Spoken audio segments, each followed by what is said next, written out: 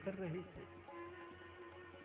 क्या पत्नी इतनी स्वार्थी होनी चाहिए कि अपनी दैनिक कार्य की वस्तुओं की पूर्ति के लिए अगर भगवान के भजन में लगा हुआ है, अगर पति तो महाराज उसे वहां से हटा देना चाहिए? शास्त्र कहते हैं कि नहीं।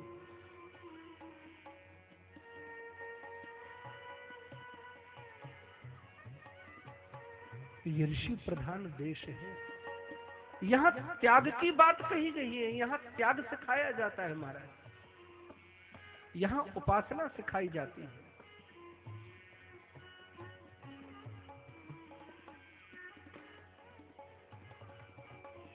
आज एक सरोवर में कर्दम महाराज ने स्नान किया, नवयुवान हो गए। मैया देवहूति ने स्नान किया, नव युवती हो गई। अनेक वर्षों से जो जप तप करके रिद्धि सिद्धि प्राप्त की थी, उसके बल से एक इतना सुंदर विमान का निर्माण हुआ। अनेक सखियों के साथ, दासियों के साथ, सेवकों के साथ उस विमान में 100 वर्षों तक अपनी धर्म पत्नी देवहूति के साथ महाराज कर्दम विहार करते। प्रथम 9 कन्याओं का जन्म हुआ। यही नवदा भक्ति। कर्दम जाने लगे। मां देवहूति ने कहा कि देव, आपने कहा था कि पहले पुत्र हो जाए फिर मैं वन में जाऊंगा, अभी तो 9 कन्याएं हुई हैं, आपके वचन का क्या हुआ?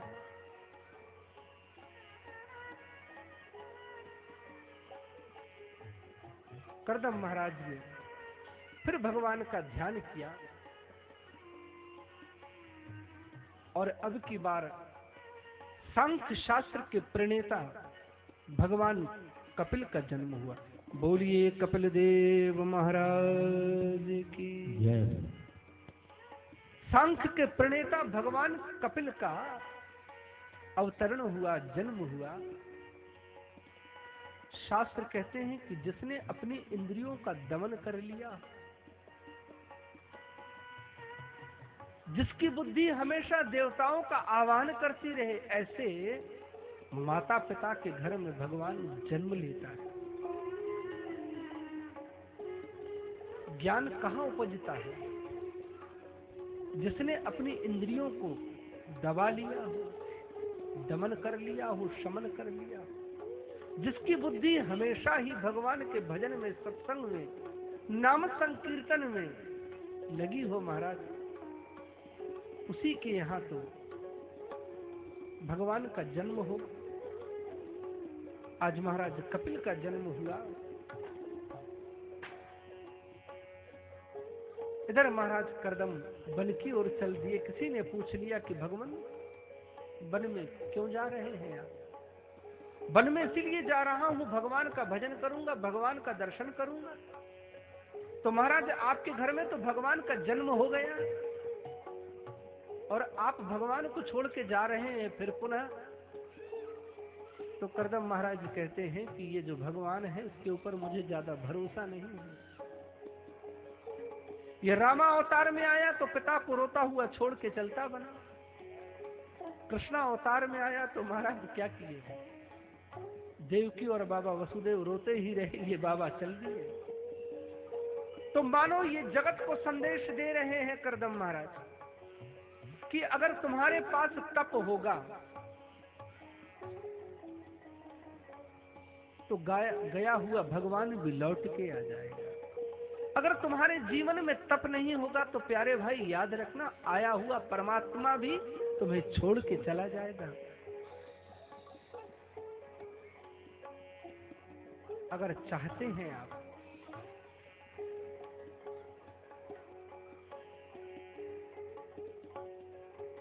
कि ये भगवान आपके भीतर बस जाए, भगवान बना रहे, भगवान छोड़ के जाए नहीं, तो कर्दम महाराज का ये ज्ञान अवश्य याद रखने की बात। करदम महाराज तो बैठ के वन में तप कर रहे हैं। आज मैया देवहूति के मन में प्रश्न हुआ कि धन्य है हमारे यहाँ भगवान का अवतार, कपिल का अवतार हुआ।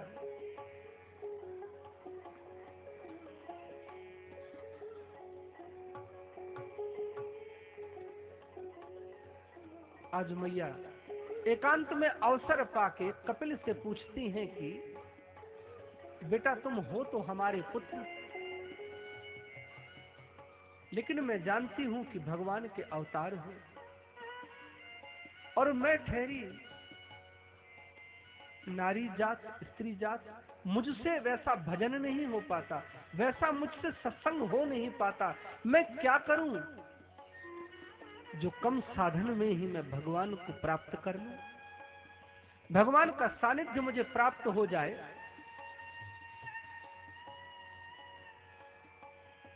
ऐसा कैसा साधन करूं? परमात्मा को प्राप्ति का ऐसा सुगम कौन सा मार्ग है? भगवान कपिल कहते हैं कि मां, भगवान को प्राप्त करना है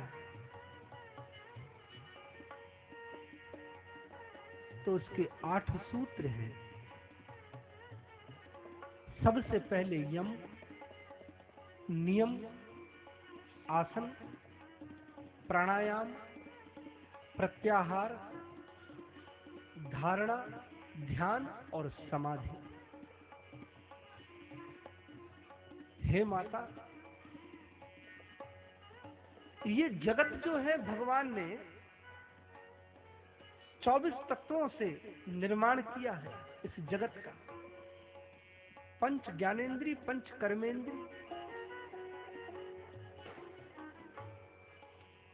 पंच महाभूत, क्षितिजल पावक गगन समीरा, पृथ्वी जल आकाश तेज वायु, और 5 इसकी तन मात्राएं, शब्द रूप रस गंध और स्पर्श। ये 20 तत्व हुए और अंतःकरण चतुष्टय, मन बुद्धि चित्त और अहंकार, ये 24 तत्व। और 25वां तत्व ये प्राण आके इसमें बैठ गया तो हे मां ये पिंड बोलने लगा। लेकिन ये सृष्टि का क्रम कैसा है? जैसे वृक्ष से एक बीज का जन्म होता है, उस बीज से फिर एक वट वृक्ष का जन्म होता है, उसी प्रकार ये प्राणी यूं संसार में घूमता ही रहता है। इन 24 तत्वों से भगवान ने इस जगत की सृष्टि कर दी और 25वां तत्व जब इसमें प्राण डाल दिया, तब ये अहंकार के वशीभूत होकर ये मानव कहता है कि इस जगत में मैं हूं तो मुझसे बड़ा कोई है ही नहीं। संसार का सबसे बड़ा ज्ञानी तो मैं हूं, सबसे बड़ा विज्ञानी तो मैं हूं, संसार का सबसे बड़ा विद्वान तो मैं ही हूं, सबसे बड़ा धनवान मैं हूं। यूं इस जगत की माया में फंसा हुआ सत रज तम के द्वारा जिस जगत को भगवान ने फंसा लिया है, उसमें फंस के ये प्राणी अपने आप को ही न जाने क्या समझने लगता है और फिर बार बार जन्म लेता है, फिर बार बार उस बालपन से युवा होता है और उस युवा से फिर वृद्धावस्था को प्राप्त होता है और उस वृद्धावस्था से पुनः ये शरीर छोड़ के फिर किसी माता के गर्भ में पशु योनि में जलचर थलचर नभचर फिर अनेक योनियों में घूमता घूमता 84 में भटकता रहता है। हे मां, अज्ञान के वशीभूत होके इस शरीर को ही आत्मा समझ लेता है और जगत में यूं व्यवहार करता है कि जैसे कभी इसका नाश होगा ही नहीं। सर्वथा ही हे मां, ये शरीर अलग है और ये आत्मा अलग है। आत्मा अजर अमर अविनाशी है, आत्मा का कभी अंत नहीं होता। ममैवांसो जीवलोके जीवभूत सनातन। हे अर्जुन, जितना सनातन पुरातन मैं हूं, उतने सनातन पुरातन तुम भी हो, लेकिन इस माया के आवरण से तुम अपने आप को भूल चुके हो, तुम अपने आप को पहचान नहीं पा रहे हो। और मैं ईश्वर हूं, मैं जानता हूं। न जाने कितने जन्म तुम्हारे मैंने देखे, तुम अपने जन्मों को देख नहीं पाते हो। क्यों? क्योंकि तुम उस माया के बंधन में बंधे हुए हो, बार बार जन्म लेते हो, बार बार रोते हो, बार बार बिलखते हो, बार बार प्रसन्न हो जाते हो। कभी कुछ अच्छा हो गया तो प्रसन्न हो गए, कभी कुछ बुरा हो गया तो रोने लग गए। यूं सृष्टि का क्रम चलता ही रहता है। और हे मां, जब तक इसका ज्ञान नहीं होता तब तक इन 24 तत्वों से बनी हुई ये सृष्टि और सत रज तम से संचालित ये सृष्टि में बंधा हुआ प्राणी सबई नचावत राम गोसाई, बंध्यो कीर मरकटकी नाई। जैसे एक मदारी बंदर को नचाता रहता है, उसी प्रकार से ये परमात्मा जीवात्मा को नचाता रहता है। और जीवात्मा परमात्मा से अलग नहीं है, लेकिन इस जीवात्मा और परमात्मा के बीच में जो आवरण है, उस आवरण का नाम है माया। इस माया के बंधन को तोड़ना पड़ेगा।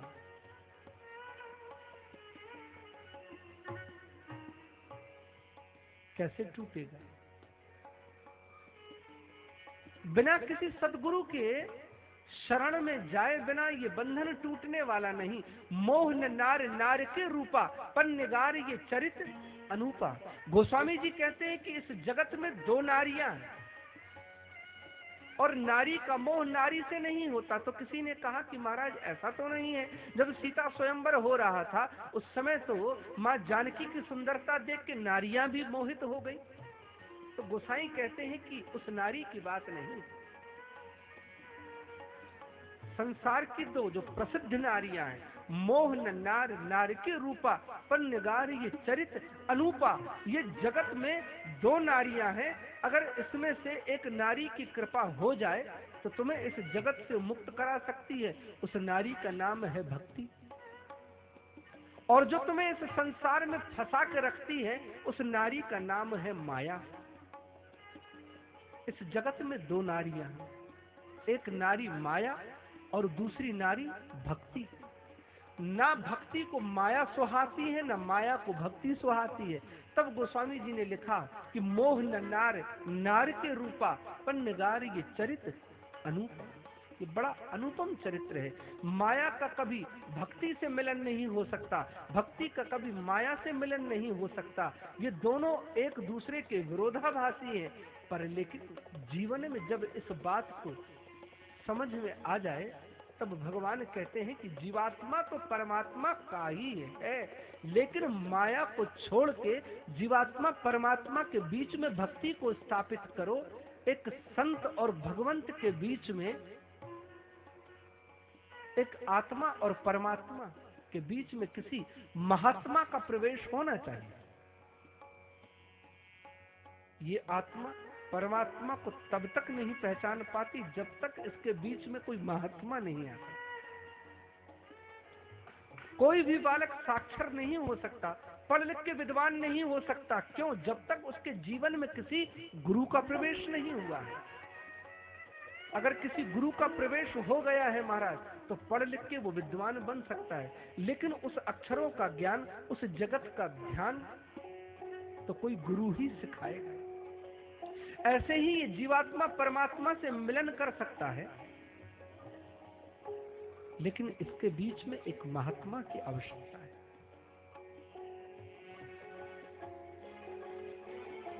आज कपिल कहते हैं कि मां, इस जगत से अगर तरना है, इस जगत से अगर अपने आप को बचा के ले जाना है, तो मां इन 8 सूत्रों का पालन करना पड़ेगा। सबसे पहले यम। यम का अर्थ होता है संयम। अपने जीवन में जब तक अगर स्वयं अपने ऊपर ये व्यक्ति अनुशासन नहीं करता, तब तक संसार का कोई भी व्यक्ति इसे अनुशासित करने का प्रयास कितना भी करे, ये कभी अनुशासित हो नहीं सकता। क्यों? प्राणी जन्म से ही बड़ा उद्दंड होता है, क्योंकि ये जो मन है बहुत उद्दंड है महाराज। ये मन किसी को उतनी आसानी से बस में नहीं होता, ये मन किसी को उतनी आसानी से बंधने नहीं देता, बांधने नहीं देता। इस मन का तो काम ही है यहां से वहां नचाना। इस मन को पकड़ना, मन को संभालना उतना आसान नहीं है। उसके लिए यम चाहिए, संयम चाहिए। यम के बाद आता है नियम। एक नियम रखिए अपने जीवन में कि रोज प्रातः अगर 5 बजे आप बैठ जाते हैं माला लेके, तो फिर रोज 5 बजे माला लेके बैठ जाइए। जब ये नियम हो जाएगा, धीरे धीरे आसन सिद्ध हो जाएगा। आसन पे बैठेंगे, जब आप माला जपेंगे, घंटा 2 घंटा 3 घंटा भगवान का ध्यान करेंगे, तब धीरे धीरे आसन सिद्ध हो जाएगा। तो यम, नियम, आसन, और ये आसन को सिद्ध करने के लिए प्राणायाम की आवश्यकता है। जब प्राणों की चाल बिल्कुल ठीक ठीक गति से चलने लगेगी, तो आपका शरीर स्वस्थ रहेगा, मन स्वस्थ रहेगा, चित्त स्वस्थ रहेगा, बुद्धि स्वस्थ रहेगी, विचार स्वस्थ रहेंगे, आपके भाव अच्छा आएगा आपका। उसके लिए प्राणायाम की आवश्यकता है। और प्राणायाम सधेगा प्रत्याहार से, युक्त हार विहार से, जो आपके शरीर के अनुकूल हो। अगर आप साधना करना चाहते हैं तो आपको उन पदार्थों को त्यागना पड़ेगा जिन पदार्थों के सेवन से आपकी वृत्ति तमो रजो हो जाए। अगर आप सत को प्राप्त करना चाहते हैं तो सतोगुणी पदार्थों का सेवन करना पड़ेगा, दूध, दही, घी, माठा।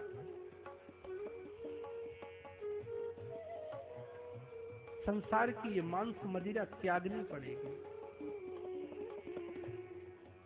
जिससे तमोगुण उत्पन्न होता है। हमारे यहाँ के ऋषियों ने कहा कि उसका त्याग करो।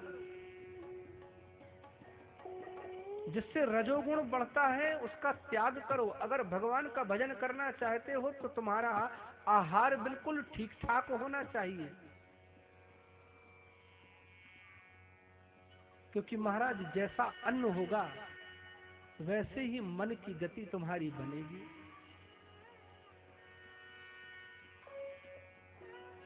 जैसा अन्न वैसा मन, जैसा पानी वैसी वाणी। तो युक्त हार विहार, प्रत्याहार, अपनी धारणा को ठीक रखो। ये जगत पूरा परमात्मा का है, ये जगत संसार की सृष्टि है, इस जगत में कोई दूसरा है ही नहीं। जो कुछ भी है वो हमारे ठाकुर जी का है। हर जगह हमारा ठाकुर विद्यमान है, हर जगह हमारा वो सांवरा है। ये पूरी सृष्टि उन्हीं की है। जब ऐसी तुम्हारी धारणा हो जाएगी तब तुम्हारा ध्यान भगवान के चरणों में धीरे धीरे लगने लगेगा। और जब धीरे धीरे तुम्हारा ऐसा जब ध्यान लगने लगेगा महाराज, तो कब तुम्हारी खुली आंखों से समाधि लग जाएगी तुम्हें पता ही नहीं चलेगा। इसे कोई समाधि नहीं कहते हैं। कुछ लोग कहते हैं कि महाराज मैं 2 घंटे समाधि करता हूं। तो भैया कब से कब समाधि करते हो? तो बोले महाराज मैं 7 बजे समाधि में बैठता हूं, 9 बजे उठ जाता हूं। अरे तो क्या इसे समाधि कहेंगे? तुम्हें उठने और बैठने की जानकारी है, तुम्हें ज्ञान है कि कब उठना है कब बैठना है। इसका मतलब ये है कि समाधि अभी तुम्हारी सिद्ध नहीं हुई। समाधि में तो कब व्यक्ति चला जाता है उसे भान ही नहीं है।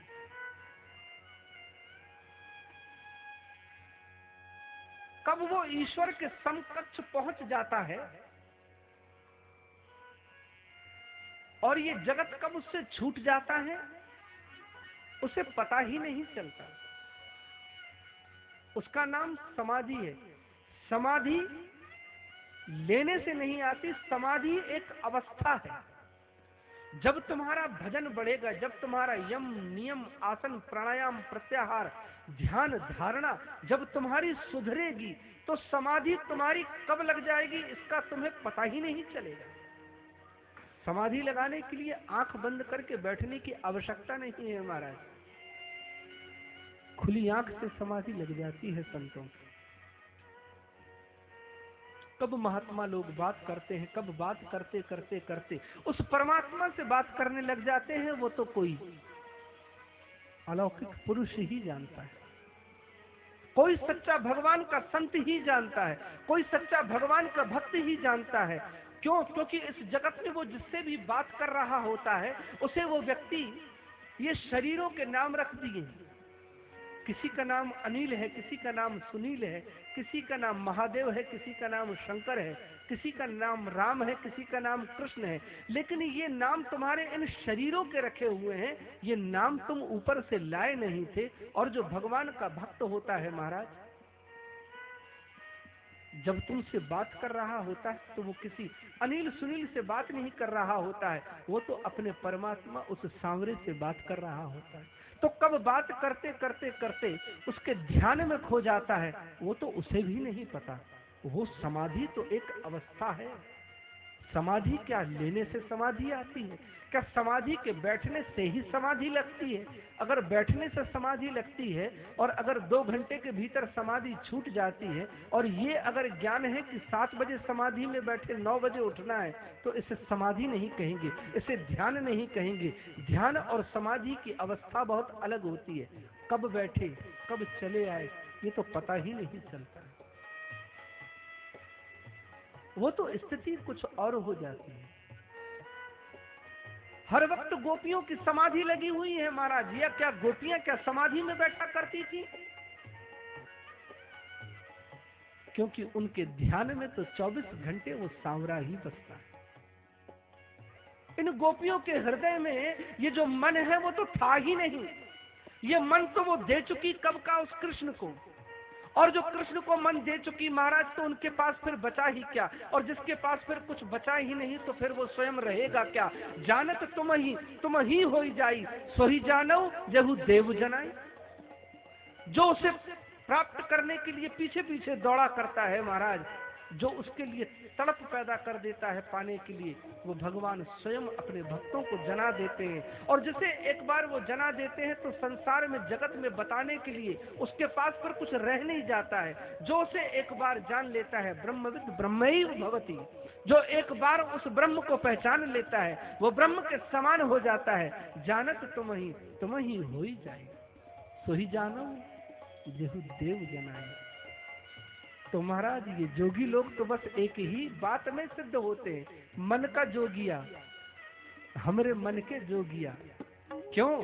क्योंकि अपने मन को तो ये हमेशा ही उस गंगा में अवगाहन कराते रहते हैं, परमात्मा के भजन में हमेशा डूबे रहते हैं। समाधि की अवस्था में हमेशा उठते बैठते चलते ये योगी हमेशा समाधिस्थ रहते हैं। समाधि की अवस्था है। आज कपिल कहते हैं कि माँ मन की वो स्थिति आ जाए कि ये मन अपने आप समाधि में चला जाए मां, तो आपका मन हमेशा गाने लगेगा। मन के जोगिया मेरे मन के जोगिया, मन के जोगिया मेरे मन के जोगिया, ओ हमरे मन के जोगिया, प्रेम गंगा मां नहले हमरे मन के जोगिया, प्रेम गंगा मां नहले हमरे मन के जोगिया, प्रेम गंगा मां नहले हमरे मन के जोगिया, मन के जोगिया हमरे मन के जोगिया, मन के जोगिया हमरे मन के जोगिया, हमरे मन के जोगिया, हमरे मन के जोगिया, प्रेम गंगा मां नहले हमरे मन के जोगिया, प्रेम गंगा मां नहले हमरे मन के जोगिया, प्रेम गंगा मां नहले हमरे मन के जोगिया, प्रेम गंगा मां नहले हमरे मन के जोगिया, मन के जोगिया हमरे मन के जोगिया, मन के जोगिया हमरे मन के जोगिया, हमरे मन के जोगिया, हमरे मन के जोगिया, प्रेम गंगा मां नहले हमरे मन के जोगिया,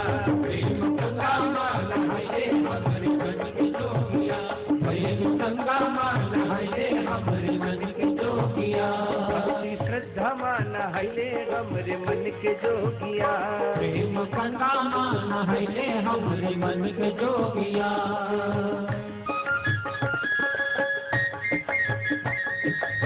प्रेम से गाइए।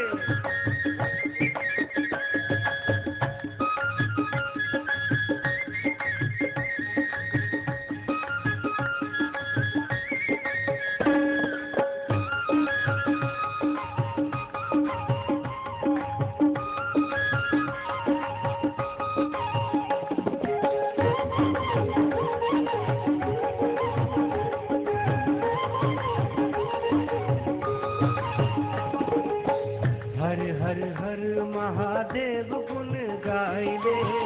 हर हर महादेव महादेव गाइले। हर हर महादेव महादेव गाइले। हर हर महादेव महादेव गाइले। हर हर महादेव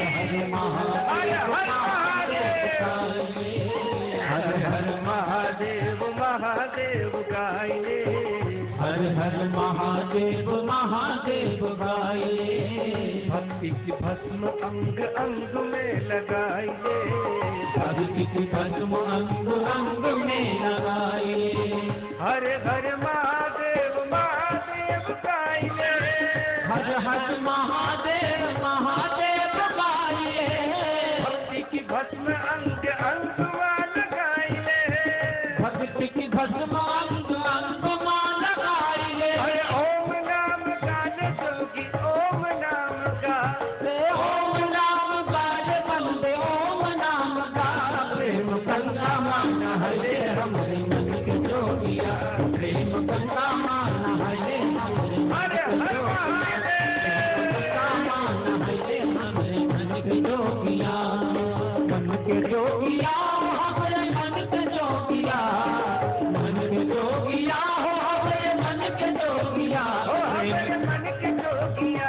हमरे मन के जोगिया। प्रेम गंगा माँ नहले हमरे मन के जोगिया। प्रेम गंगा माँ नहले हमरे मन के जोगिया। प्रेम गंगा माँ नहले हमरे मन के जोगिया।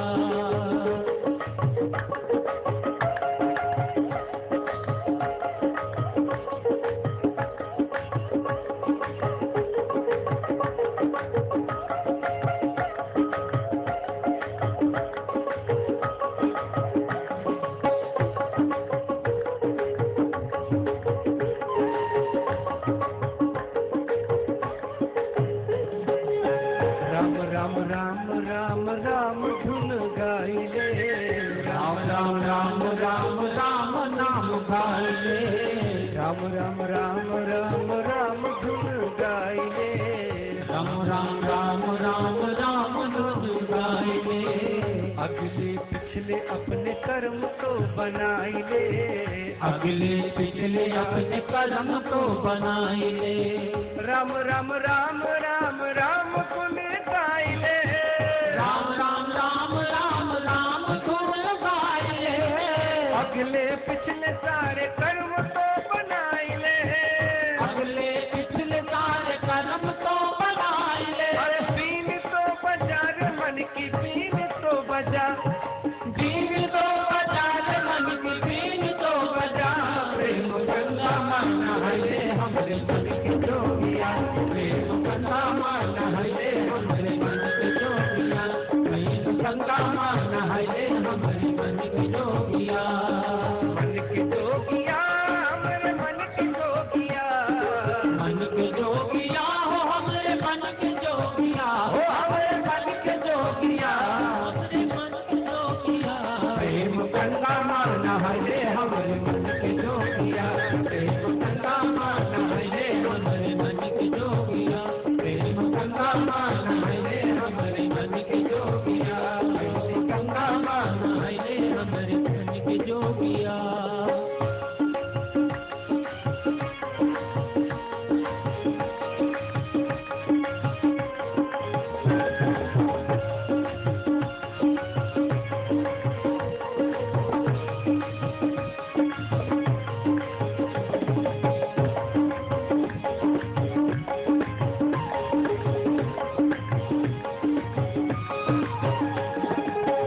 हरि हरि हरि बोल कृष्ण को रिझाई ले, हरि हरि हरि बोल कृष्ण को रिझाई ले, हरि हरि हरि बोल कृष्ण को रिझाई ले, हरि हरि हरि बोल कृष्ण को रिझाई ले, करके भजन भाव श्याम को बुलाई ले, करके भजन भाव श्याम को बुलाई ले, हरि हरि हरि बोल कृष्ण को बुलाई ले, हरि हरि हरि बोल कृष्ण को बुलाई ले, हरि हरि हरि बोल कृष्ण को रिझाई ले, हरि हरि हरि बोल कृष्ण को रिझाई ले, करके भजन भाव श्याम को बुलाई ले, करके भजन भाव श्याम को बुलाई ले, अरे तेरे तो लगा रे मन की तेरे तो लगा, तेरे तो लगा रे मन की तेरे तो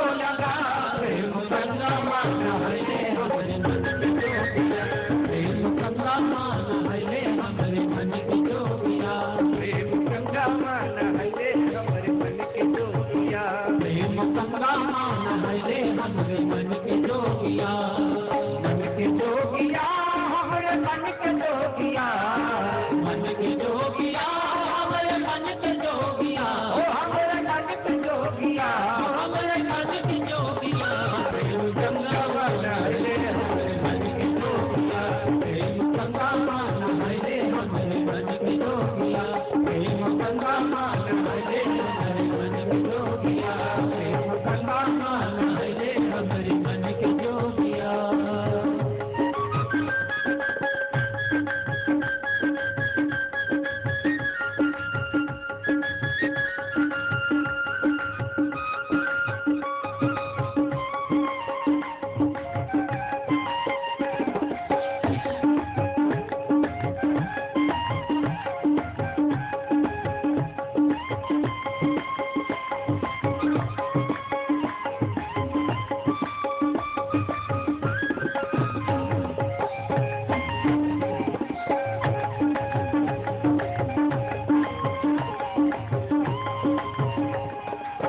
पढ़ ले पोथी पुराण ज्ञान पाई ले, पढ़ पढ़ पोथी पुराण ज्ञान पाई ले, पढ़ पढ़ पोथी पुराण ज्ञान पाई ले, पढ़ पढ़ पोथी पुराण ज्ञान पाई ले, भागेगा एक ज्योति तो जलाई ले, भागे अज्ञान ज्योति तो जलाई ले, पढ़ पढ़ पोथी पुराण ज्ञान पाई ले, पढ़ पढ़ पोथी पुराण ज्ञान पाई ले, भागेगा अज्ञान ज्योति तो जलाई ले, भागेगा ज्ञान ज्योति तो जलाई ले, अरे होगा भला रे तेरा होगा भला, होगा भला रे तेरा होगा भला, प्रेम गंगा माना है ले हमारे मन की जोगिया, प्रेम गंगा माना है ले हमारे मन की जोगिया,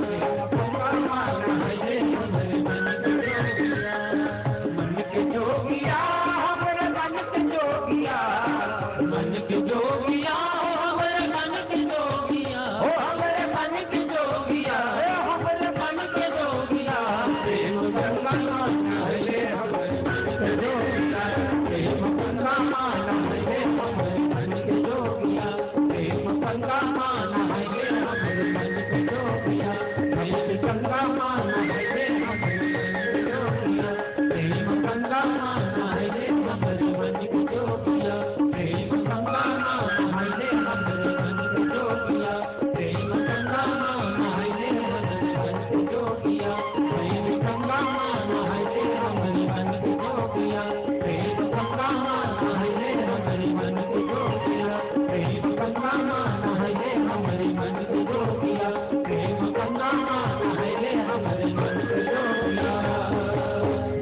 बोलिए वृंदावन बिहारी लाल की जय हो श्री राधे। आज कपिल कहते हैं कि माँ, ये मन जब तक प्रेम रूपी गंगा में स्नान नहीं करेगा,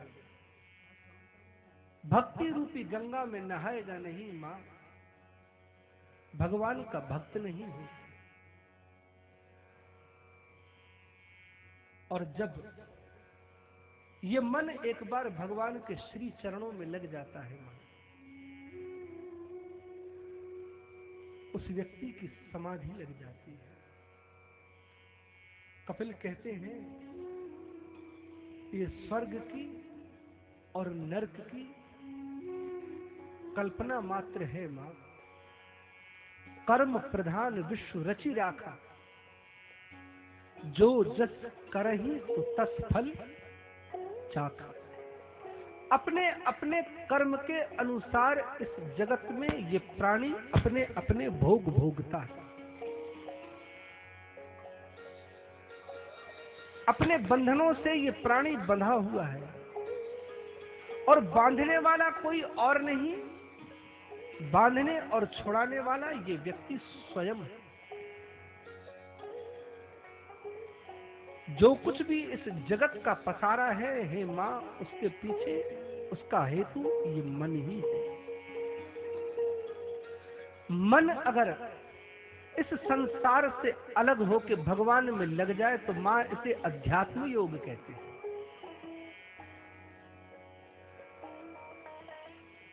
और जब ये मन संसार में फंस जाए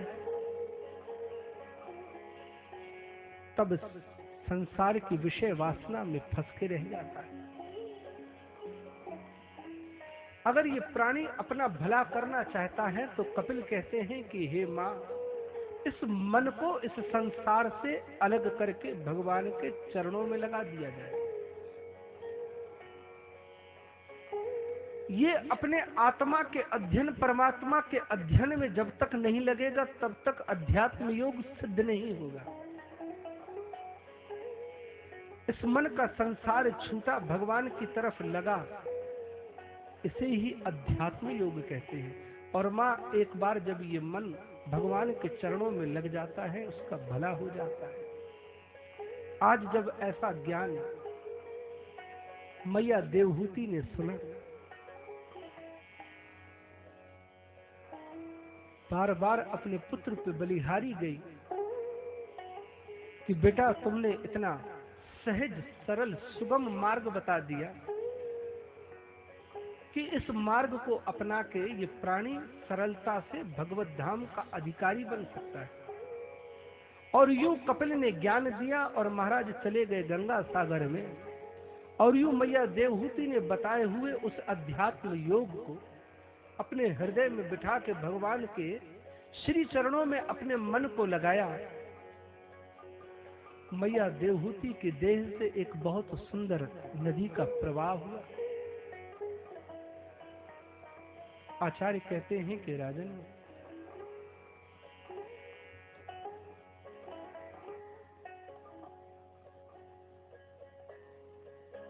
वही व्यक्ति श्रेष्ठ है जिसका किसी न किसी भाव से संबंध एक बार भगवान से हो जाए।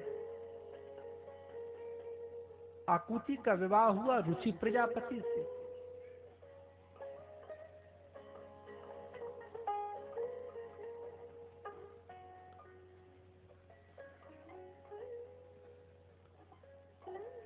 और प्रसूति का विवाह हुआ दक्ष प्रजापति से। इनकी 16 कन्या हुई। एक कन्या का विवाह हुआ आदिदेव महादेव भगवान भोलेनाथ के साथ। देखिए अपने भारतीय संस्कृति में कितने अजब गजब भगवान के व्यवहार संबंध हैं। कभी तो भगवान साला बन जाता है, अर्जुन का रथ हाँकने लगता है, और कभी भगवान दामाद बन जाते हैं दक्ष प्रजापति के। लेकिन ये प्राणी है कि भगवान को इतने नजदीक पा करके भी भगवान को पहचान नहीं पाता और अनेक दुखों से घिर जाता है। मैया प्रसूति का विवाह हुआ दक्ष प्रजापति के साथ, और इनकी पुत्री सती का विवाह हुआ भगवान शंकर के साथ। दक्ष प्रजापति को दक्ष प्रजापति बना दिया ब्रह्मा ने। सभा लगी हुई थी,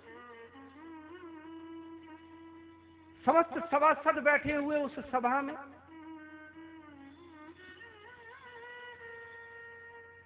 जैसे ही दक्ष प्रजापति उस सभा में प्रवेश करते हैं, सबों ने उठ के अभिवादन किया, नमन किया, प्रणाम किया, नमस्कार किया, दंडवत। उस सभा में अगर नहीं उठे तो महाराज दो लोग नहीं उठे, एक भगवान शंकर नहीं उठे और दूसरे ब्रह्मा जी नहीं उठे।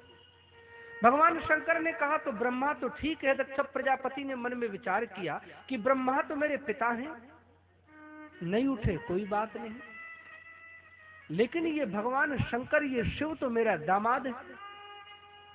इतना अभिमान, इतना अहंकार कि मेरे आने पर न मुझे प्रणाम किया, न नतमस्तक किया, न दंडवत किया, न वाणी से ही मेरा अभिवादन किया। ये अपने आप को शंकर समझता क्या है? यूं अनर्गल बातें करने लगा दक्ष। क्यों? शास्त्र कहते हैं कि जीवन में सावधान क्यों? क्योंकि जगत में ये जो भूख है, ये भूख तो मिट जाती है महाराज, लेकिन सम्मान पाने की भूख बड़ी खराब होती है। अगर एक बार सम्मान पाने की भूख लग जाए तो व्यक्ति उनको नहीं देखता कि किस किस ने उठ के मेरा अभिवादन किया, किस किस ने उठ के मुझे प्रणाम किया। ये अभिमानी व्यक्ति उन व्यक्ति को देखता है कि किसने उठ के मुझे प्रणाम नहीं किया, मुझे अभिवादन नहीं किया। क्यों? क्योंकि सम्मान पाने की भूख बहुत बड़ी होती है। व्यक्ति सोचता है कि जब कुछ पद प्रतिष्ठा प्राप्त हो जाती है तो व्यक्ति ये सोचता है कि मैं जहां जाऊं लोग उठे, मुझे प्रणाम करें, दंडवत करें, नतमस्तक हो, मेरे माथे पे चंदन लगाएं, मेरे कंठ में माल पहनाएं, मेरे नाम की जय घोष करें। सम्मान पाने की भूख है।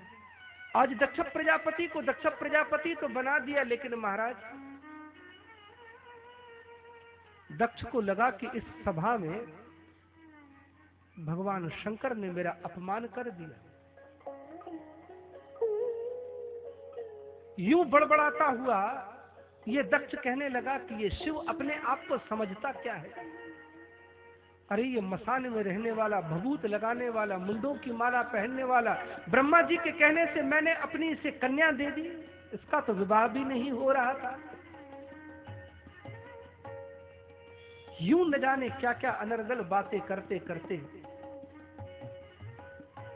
दक्ष का क्रोध इतना बढ़ा, इतना बढ़ा, इतना बढ़ा। शास्त्र कहते हैं कि जहां क्रोध तहां काल है, जहां क्षमा तहां आप।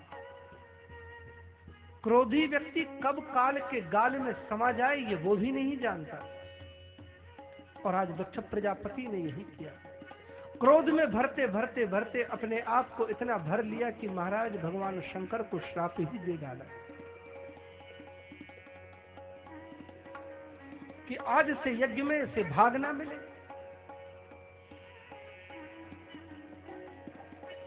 यूं भगवान शंकर तो शंकर महाराज ना तो उन्हें किसी से कुछ लेना देना, ना तो किसी से मित्रता, ना तो किसी से वैर। उसका नाम है भगवान भोलेनाथ।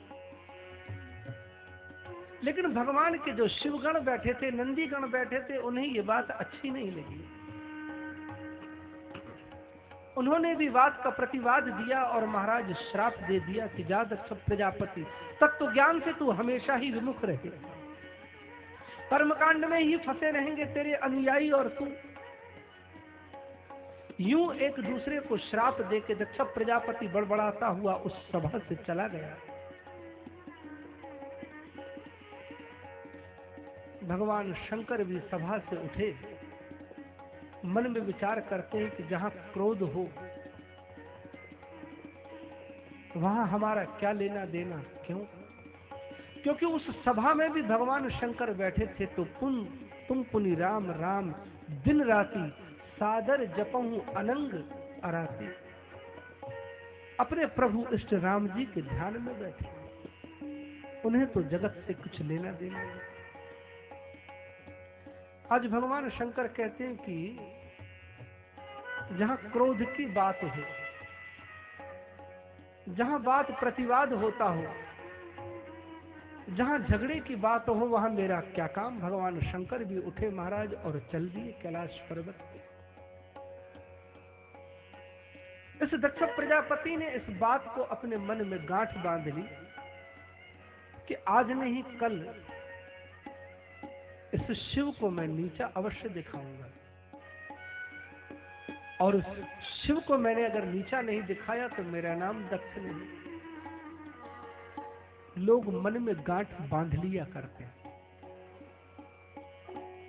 लेकिन शास्त्र कहते हैं कि सावधान, ये भूल ये चूक मत करना। जब तक तुम किसी को नीचा दिखाओ तब तक 10 बार अपने मन में सोच के तुम अपने आप को नीचा दिखा रहे हो।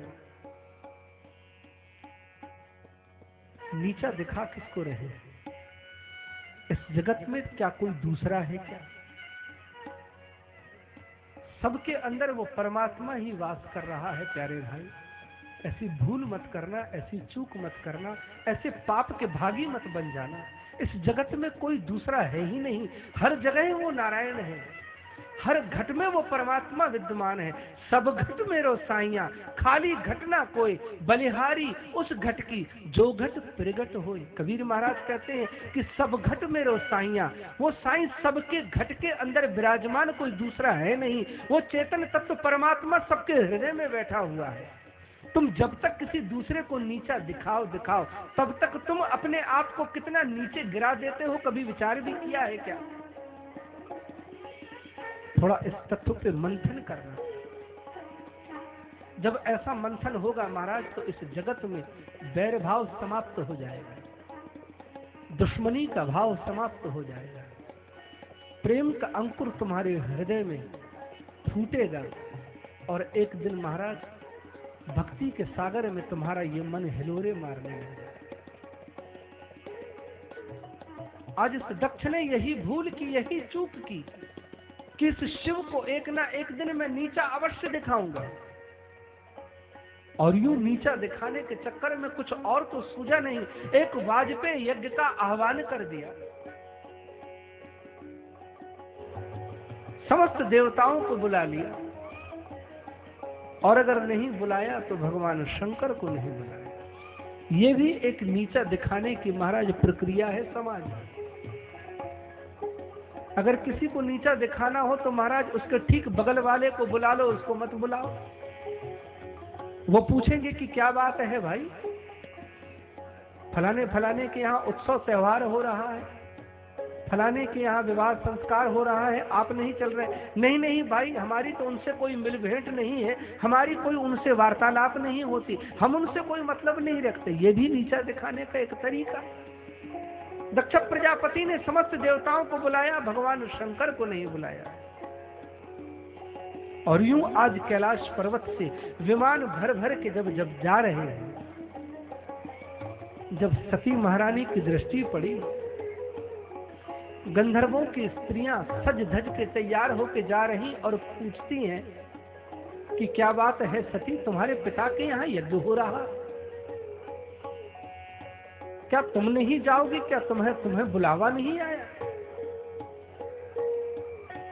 तब सती महारानी को बड़ा झटका लगा कि हमारे पिता के यहाँ यज्ञ हो रहा और हमारे यहाँ बुलावा नहीं आया। लेकिन महाराज कन्या है, ये स्त्री जात, ये कन्या जात जितना अपने पति के घर को निभाती हैं उतना अपने पिता के घर का भी सम्मान रखती हैं। तब सती महारानी कहती है कि नहीं, बुलावा क्यों नहीं आया, चलिए आपके पीछे पीछे हम भी आ रही हैं।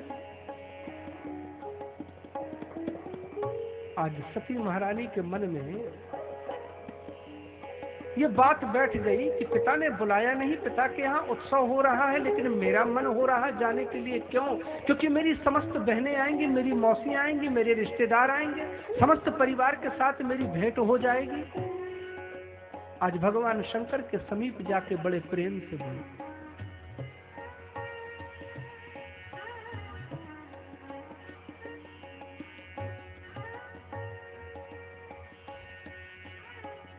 आज सती बोल पड़ी कि हे भगवान, शशुरस्य साम्प्रतम यज्ञ महोत्सव किल। हे भगवान शंकर, क्या आपने सुना है कि आपके ससुर के यहाँ यज्ञ हो रहा है? तो भगवान शंकर कहते हैं, तो मेरे ससुर के यहाँ यज्ञ हो रहा है, तो क्या तू ये नहीं कह सकती कि मेरे पिता के यहाँ यज्ञ हो रहा? ये औरतें बड़ी चतुर होती हैं महाराज बात बनाने के लिए। दामाद के हृदय में प्रेम जागृत हो जाए ससुर के प्रति, तो बड़ी बात को घुमा के लच्छेदार बना के, हे पतिदेव, क्या आपने सुना नहीं कि आपके ससुर के यहाँ यज्ञ हो रहा? तो भगवान शंकर कहते कि हे दक्ष की कन्या सुन, जिस विद्यालय में तेरा बाप पढ़ाया करता था उस विद्यालय का मैं प्रिंसिपल था। दक्ष प्रजापति की तू बेटी बात को बड़ा घुमा के बोल रही है, तू सीधा सीधा ये बोल सकती थी कि मेरे पिता के यहाँ यज्ञ हो रहा। लेकिन आज सती महारानी ने बहुत अच्छा जवाब दिया। ये समस्त नारी जात के लिए समझने वाली बात है। ये सती महारानी कहती है कि जब तक मैं कुंवारी थी, जब तक आपके साथ पाणी ग्रहण संस्कार नहीं हुआ था, जब तक उन्होंने मुझे दान नहीं कर दिया था, आपको मेरा विवाह नहीं हुआ था, तब तक तो मेरे ऊपर मेरे पिता का अधिकार था। लेकिन हे पतिदेव, जिस दिन से आपके साथ मेरा पाणी ग्रहण संस्कार हुआ, जिस दिन से आपको मैं ब्याह दी गई, अब तो आपके नाते मेरा संबंध है उनसे। अब तो आपके नाते ही मैं उस घर में आऊंगी जाऊंगी। तो भगवान शंकर कहते हैं, तो देवी ठीक है, फिर तुम्हारे पिता ने तो बुलाया नहीं है,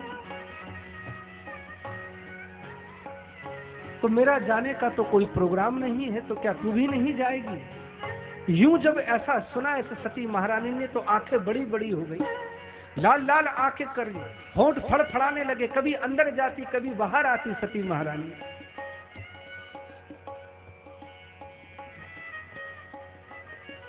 क्रोध में तमतमाती हुई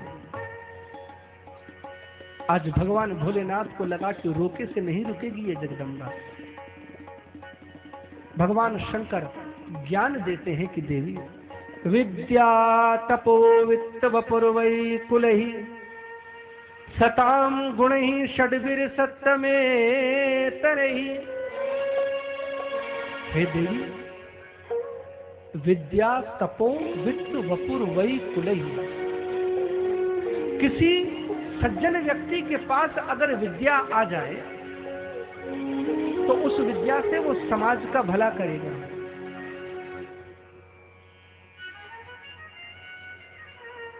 किसी सज्जन व्यक्ति के पास अगर तपस्या हो जाए तो उस तपस्या से वो समाज का कल्याण करेगा। किसी सज्जन व्यक्ति के पास वित्त अर्थात धन आ जाए तो जगत कल्याण समाज कल्याण के लिए उस धन को खर्च कर देगा। और किसी का शरीर सौष्ठव बहुत अच्छा हो तो वो समाज के काम में लगा देगा। किसी की आयु अगर बहुत हो महाराज तो समाज को ज्ञान देने में, समाज को अपने अनुभव बताने में, शिक्षा देने में खर्च करेगा। और किसी का कुल खानदान बहुत अच्छा हो तो महाराज समाज में ज्ञान बांटेगा, समाज के लिए कल्याणकारी किसी न किसी मार्ग को प्रशस्त करेगा। लेकिन अगर यही 6 गुण किसी दुष्ट व्यक्ति के पास अगर चले जाएं तो समाज को त्रास देने वाले बन जाएंगे। विद्या का बड़ा मद होता है, विद्या का बड़ा अहंकार होता है। एक बार अगर विद्या आ जाए महाराज तो विद्या से फिर लोग विवाद करने लगते हैं। जानते नहीं हो मेरी पताका पूरे विश्व में फैल रही है, अगर हो कोई मुझसे तो शास्त्रार्थ करने के लिए सामने आ जाए। तो अपनी विद्या का महाराज प्रदर्शन करता है। और किसी के पास, दुर्जन व्यक्ति के पास अगर तप हो तो महाराज बस कहेगा कि जानते नहीं हो अभी श्राप दे दूंगा मैं तुम्हें। और किसी दुष्ट व्यक्ति के पास पैसा आ जाए तो समाज के कल्याण के लिए नहीं, वो समाज को डराता फिरेगा कि तू मुझे जानता नहीं है, पैसा फेंकूंगा, नीचे से ऊपर तक मेरी पहुंच है, काम बना के ले जाऊंगा। उस धन का दुरुपयोग करेगा। किसी का शरीर सौष्ठव अगर अच्छा है तो समाज के 10-5 लोगों को डराता हुआ फिरेगा। किसी की आयु अगर बड़ी है महाराज तो कहेगा कि नहीं, समाज को दबाव देगा कि नहीं, ये मेरी बात मानो, ये मेरे बाल यूं ही मैंने सफेद नहीं कर दिए। तो भाई साहब, हम लोग कब कह रहे हैं दादाजी कि आपके बाल सफेद हो गए? जरूर ही यूं सफेद हो गए होंगे। नहीं नहीं, मेरा इतना अनुभव है, ये जो मैं कह रहा हूं वो आपको मानना ही पड़ेगा। समाज को जबरदस्ती अपनी बात मनवाते, और कुल का तो बड़ा अभिमान होता है महाराज। जानते नहीं हो मैं किस खानदान का हूं? तो बोले किस खानदान के हो महाराज? हमारे यहाँ रोज 10-20 हजार लोगों को भोजन प्रसादी भंडारा किया जाता था। तो बोले अब क्या कर रहे हो? तो बोले महाराज अब की बात छोड़ दो, अब तो हम स्वयं यहाँ वहां क्षेत्र में के काम चला रहे हैं। तो भगवान शंकर कहते हैं कि विद्या तपो वित्त वपुर वही कुलही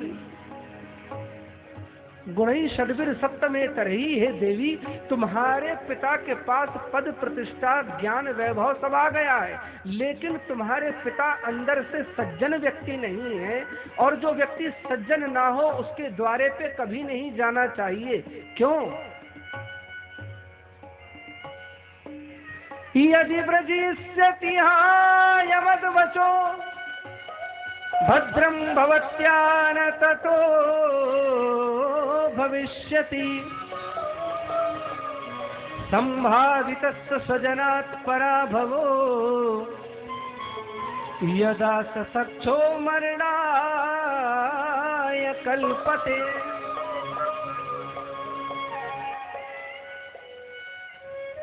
क्योंकि हे सती महाराज, अनजाने में कोई व्यक्ति अगर किसी से अपमानित हो जाए तो उस अपमान को झेल जाने की क्षमता होती है उसमें, क्योंकि अनजाने में अपमान कर दिया, उसे जानता नहीं है, पहचानता नहीं है।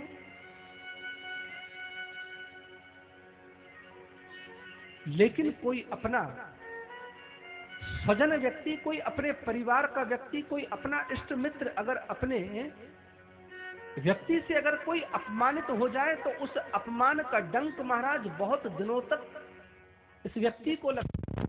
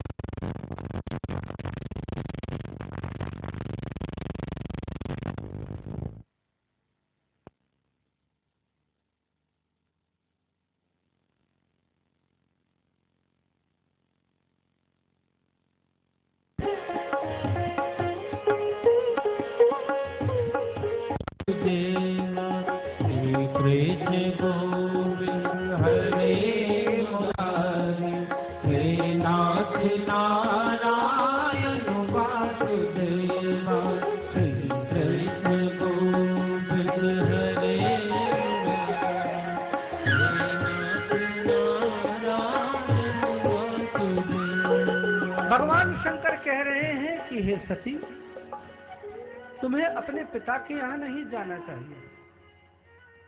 न जाने कितने बार तुम्हारे पिता ने अपनी गोद में लेके तुम्हारे साथ लाड़ लड़ाया, न जाने कितने बार तुम्हारी मांगे पूरी की, तुम्हारी इच्छा पूर्ति की। आज उसी पिता से जब तुम अपमानित होगी, इस अपमान को तुम सहन नहीं कर पाओगी। मानो भगवान शंकर ये भविष्यवाणी कर रहे हैं, यदा ससक्षो मरणाय कल्पते। हो सकता है देवी तुम इस देह को छोड़ बैठो, कहीं ऐसा ना हो कि तुम्हारी मृत्यु हो जाए, तुम इस दुख को सहन न कर पाओ। लेकिन महाराज ये सती तो सती हैं, मन में विचार करती हैं कि मुझे जाना तो अवश्य है। क्यों? क्योंकि अगर मैं जाऊंगी तो हो सकता है कि मेरे पति और पिता के बीच में कुछ सुलह का मार्ग निकला। और अगर मैं नहीं जाऊंगी तो हो सकता है कि ये खाई कुछ और ज्यादा बढ़ जाए। आज यूं बड़बड़ाती हुई, होंठ फड़फड़ा रहे, नेत्र लाल लाल, कभी सती बाहर जाती हैं, कभी अंदर आती हैं, कभी बाहर जाती हैं।